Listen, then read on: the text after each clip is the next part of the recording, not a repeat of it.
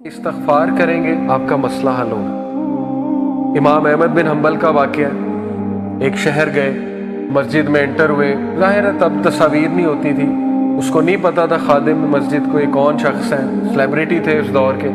निकाल दिया मस्जिद से, निकलो यहाँ से। अब वो हम्बल थे, बताया भी नहीं मैं कौन हूँ। बड़ा दुख हुआ उन्हें। बहरहाल सीढ़ियों पर बैठे हुए एक ब्रेड मेकर था, उसने कहा कि ये शख्स पता नहीं बेचारा कौन है।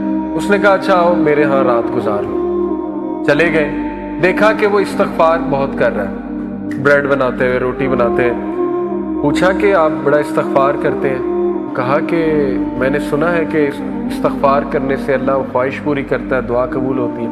बड़ा खुश हुए, शख्स नॉलेजेबल है। कहते अच्छा क्या ख्वाहिश है? कहता मैं इमाम अहमद बिन हम्बल से मिलना चाहता हूँ।